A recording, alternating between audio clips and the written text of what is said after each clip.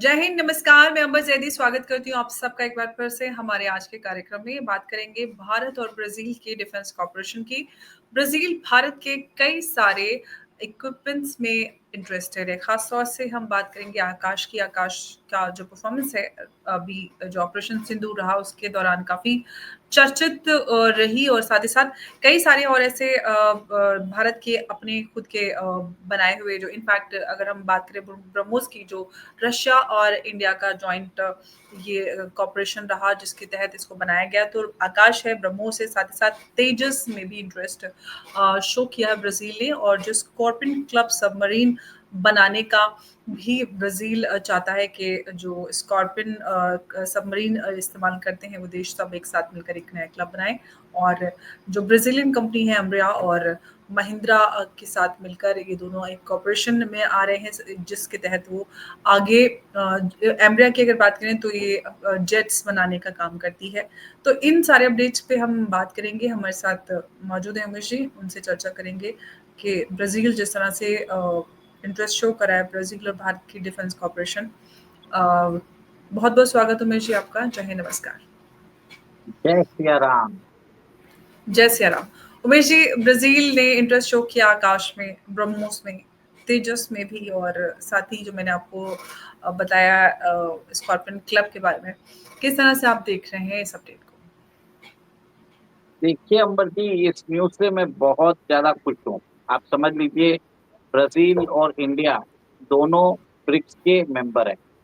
और अभी जुलाई में फर्स्ट वीक में आपको मालूम है ब्रिक्स की मेंबरशिप जो एनुअल जो कन्वेंशन है वो होने वाला है।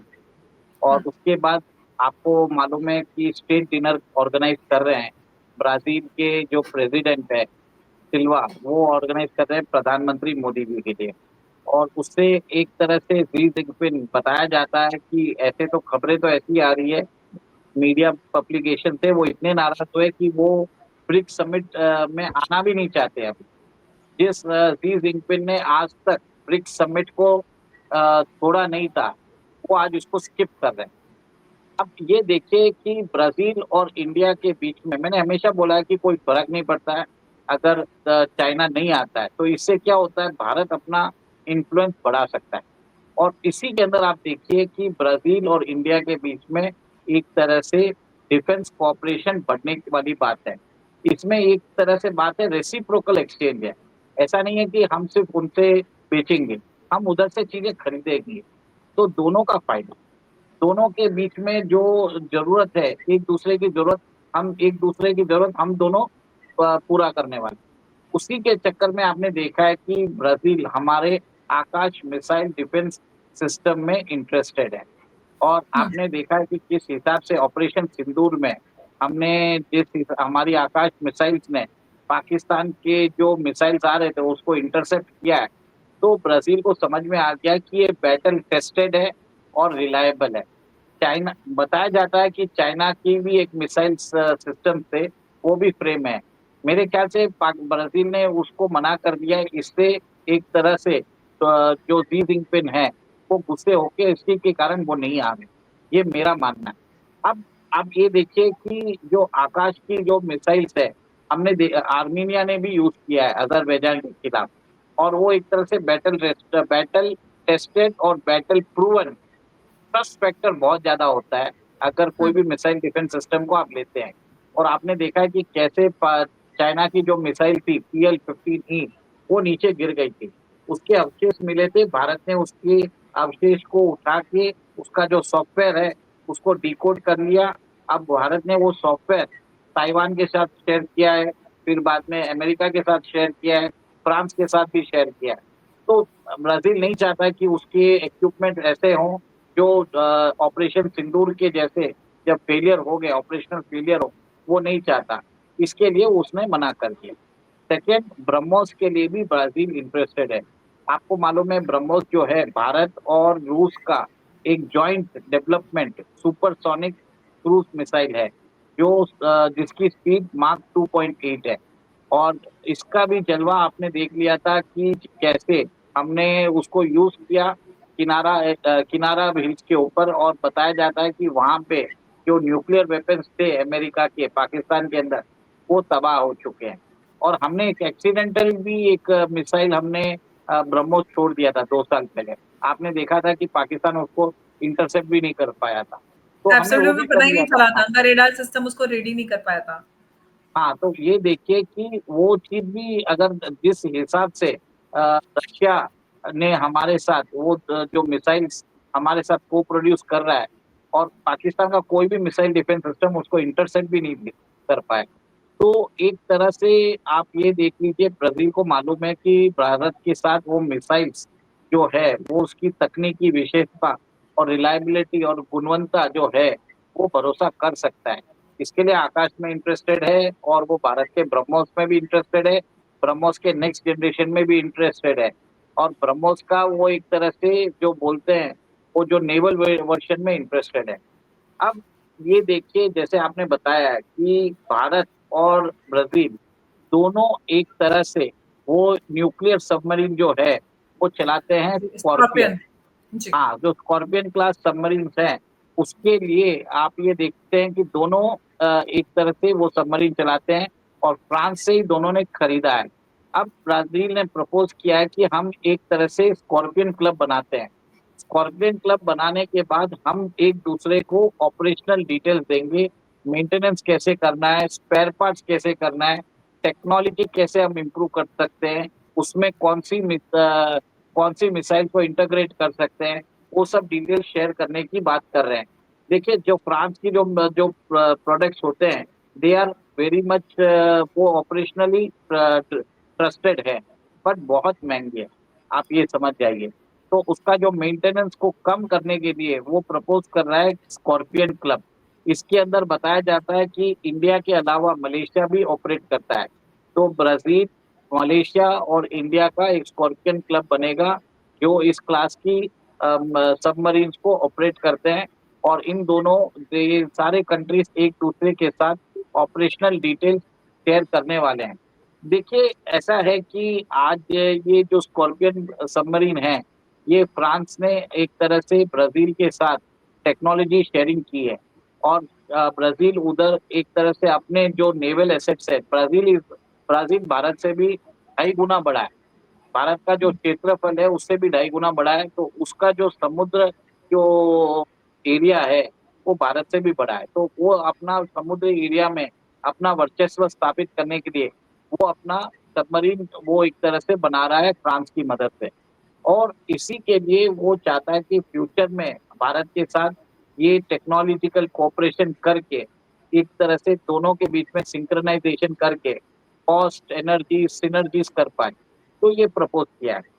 देखिए अमर जी आपको मालूम है कि के पास भारत को मीडियम ट्रांसपोर्ट एयरक्राफ्ट की बहुत ज़रूरत है और जी। मीडियम ट्रांसपोर्ट एयरक्राफ्ट के लिए एम्ब्रेयर जो ब्राज़ील का जी, जो एम्ब्रिया कंपनी है। और भारत की महिंद्रा डिफेंस टेक। एम्ब्रिया ब्राज़ील की कंपनी है और भारत की महिंद्रा डिफेंस टेक, इन दोनों की साझेदारी की बात भी सामने आ रही है। जी, हमेशा। देखिए, ये कंपनी इतनी एक तरह से भारत के साथ व्यापार करने के लिए, एक तरह से भारत के साथ कॉन्ट्रैक्ट साइन करने के लिए इतनी दिलचस्पी रखता है कि उसने पिछले 2-3 महीने पहले ही उसने अपना एक तरह से इंडियन सब्सिडियरी खोल दिया है दिल्ली में। और ये बात कर रही है इंडिगो, एयर इंडिया से ताकि ये अपना जो कमर्शियल एयरक्राफ्ट है, वो यहाँ पे भारत के जो एयरलाइन्स है उनको बेच सके। इसके अलावा डिफेंस के अंदर आप जैसे आपने बताया C-390 इनका जो प्लेन है, जो मीडियम ट्रांसपोर्ट व्हीकल है, जो यूज़ होता है, इसके लिए इन्होंने महिंद्रा डिफेंस सिस्टम्स के साथ करार किया है और ये भारत के अंदर अपना प्रोडक्शन फैसिलिटी भी बनाने की कोशिश कर रहे हैं। तो ये सोचिए कि भारत के साथ वो एक तरह से रेसिप्रोकल डिफेंस एक्सचेंज की बात कर रहे हैं। भारत के साथ अपनी टेक्नोलॉजी शेयर करने की बात कर रहे हैं। न्यूक्लियर सबमरीन का जो स्कॉर्पियन क्लास है, उसकी बात हुँ, कर रहे हैं और थर्ड भारत के एविएशन सेक्टर में भी इंटरेस्टेड है, कमर्शियल में भी, बिज़नेस जेट्स में भी और डिफेंस में भी। और इसके लिए जी। उन्होंने भारत में सब्सिडरी भी बनाई है। तो ब्राज़ील ने एक तरह से भारत के साथ जो बोलते हैं ये equal the partnership of equals बोला जाता है। जैसे Bharat is a pole in the in Asia, Brazil is also a similar nation जिसके पास बहुत सारे नेचुरल रिसोर्सेज भी है और हुँ। उसको भी एक रेडीमेड मार्केट चाहिए। उसको भी मालूम है कि भारत के साथ कोऑपरेशन करने से, ट्रेड बनाने से फायदा है। और भारत के साथ ट्रेड बढ़ाने में एक चीज है कि भारत कोई भी डेट ट्रैप डिप्लोमेसी प्रैक्टिस नहीं करता।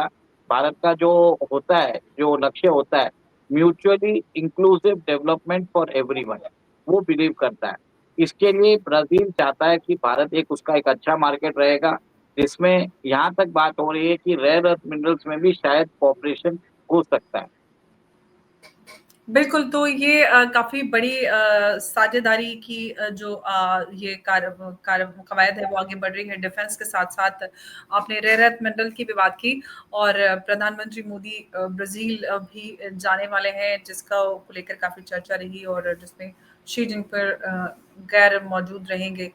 तो कई सारे ऐसे इसके पहलू हैं कि किस तरह से ब्राज़ील और भारत काफ़ी नज़दीक आ रहे हैं और जो ये साझेदारी है क्या भविष्य इसका देख पाते हैं? क्या कुछ बदलाव हमें नज़र आएगा भविष्य में? क्योंकि डिफेंस कॉर्पोरेशन नज़र आ रहा है, साथ ही साथ रेयर अर्थ की भी बात हो रही है, मिनरल्स की। जी। देखिए, मेरे को तो ब्रॉड बेस्ड पार्टनरशिप का एक तरह से कॉम्प्रिहेंसिव ब्रॉड बेस्ड पार्टनरशिप नजर आ रही है। हुँ, दोनों नेशंस एक दूसरे को सपोर्ट करेंगे, कॉम्प्लीमेंट करेंगे और एक दूसरे को एनरिच करेंगे। और दोनों नेशंस एक तरह से जब आपस में एक दूसरे को सपोर्ट करेंगे, तब उनके दोनों के नेशन के कॉस्ट भी कम हो जाएंगे, सिनर्जीज बैठेगी और सिंक्रोनाइजेशन बैठेगा। और हम उनकी जरूरत, मिसाइल्स की जरूरत पूरी करेंगे, वो हमें हमारी प्लेन की जरूरत भी पूरी कर सकते हैं एविएशन सेक्टर में। और साथ ही साथ स्कॉर्पियन सबमरीन की भी बात करता हूँ। और एक चीज है, तेजस के अंदर भी वो इंटरेस्टेड है। हमारे जो तेजस जो फाइटर एयरक्राफ्ट है, उसके लिए भी वो इंटरेस्टेड है। आपको ये बता देता हूँ, हमने फ्रांस से अभी 26 जेट लिए हैं 64,000 करोड़ में। तो एक जेट हमको तेजस का पड़ रहा है 2400 करोड़। बताया जाता है अगर वही जेट, अगर भी का इंजन हमें बरोबर टाइम पे मिल जाता है, तो उसके जो तेजस हमारा एलसीए MK2 है, वो भारत में उसकी कॉस्टिंग 700 से 800 करोड़ के बीच में पड़ेगी।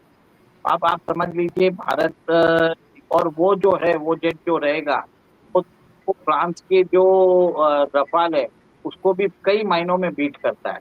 और इसके लिए ब्राजील जानता है कि भारत के साथ दोस्ती करने में फायदा है और फ्यूचर में एक तरह से फाइटर जेट्स के अंदर भी हम भारत के साथ कोऑपरेशन कर सकते हैं।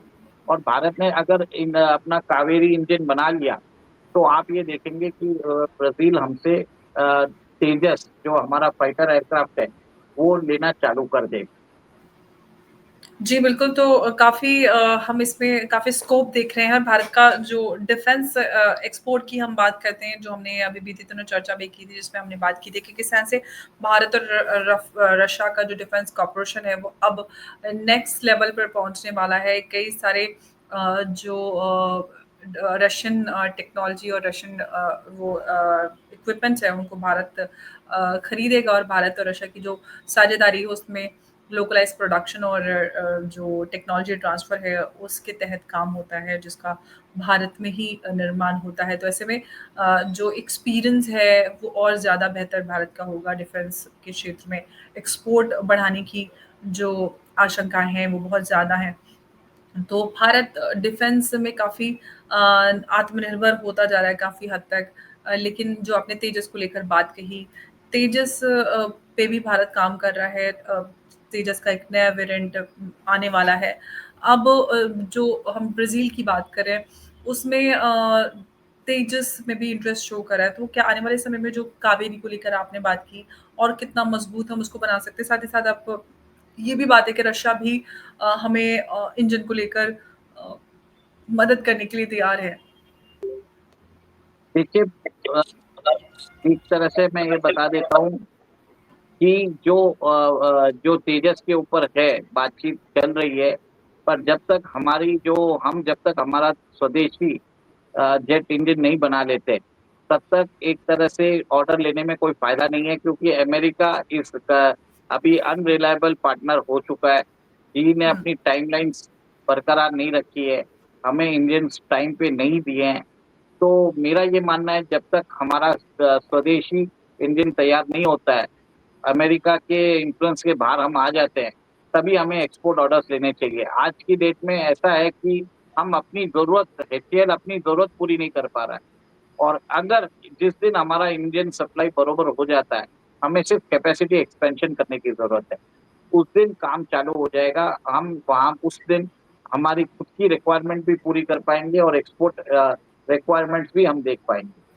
जिसके कारण भारत एक तरह से एक इम्पोर्टेंट फोर्स बन के उभरेगा इन द जियोपॉलिटिकल एंड जो डिफेंस मार्केट है, उसमें भारत का नाम आगे होने वाला है। और सोचिए जो जेट 1/3 ऑफ द कॉस्ट है, उसका तो रेडीमेड ऑर्डर मिलना ही है। अक्रॉस द ईयर हमें एक तरह से मैं बोल देता हूँ जिस दिन कावेरी इंजन हम बना लेते हैं, कम से कम 5 से 10 साल का हमारे पास बैकलॉग ऑफ ऑर्डर्स रहेगा। इतनी हमारी ज़रूरत है। बिल्कुल, काफ़ी स्कोप और काफ़ी उम्मीदें हैं तेजस से। कावेरी इंजन को लेकर चर्चा होती है कि भई बहुत कुछ हम कर रहे हैं, लेकिन कावेरी पे आकर थोड़ा-सा अटक जाते हैं। आम की बात होती है तो कुछ चीज़ें ऐसी हैं, हालाँकि बहुत कुछ किया है, लेकिन काफ़ी कुछ अभी बाकी है। अभी और भी चीज़ें करनी बाकी हैं, तो देखते हैं कि कावेरी को लेकर आगे हमें और क्या कुछ अपडेट मिलता है, कितनी जल्दी हम उस पे और काम कर पाते हैं। उमेश जी, बहुत-बहुत आपका धन्यवाद हमारे साथ इस अहम अपडेट पर बात करने के लिए। चर्चा बहुत बेहतर रही। बहुत-बहुत धन्यवाद आपका। नमस्कार, जय हिंद, जय भारत। जय श्री राम। जय श्री राम।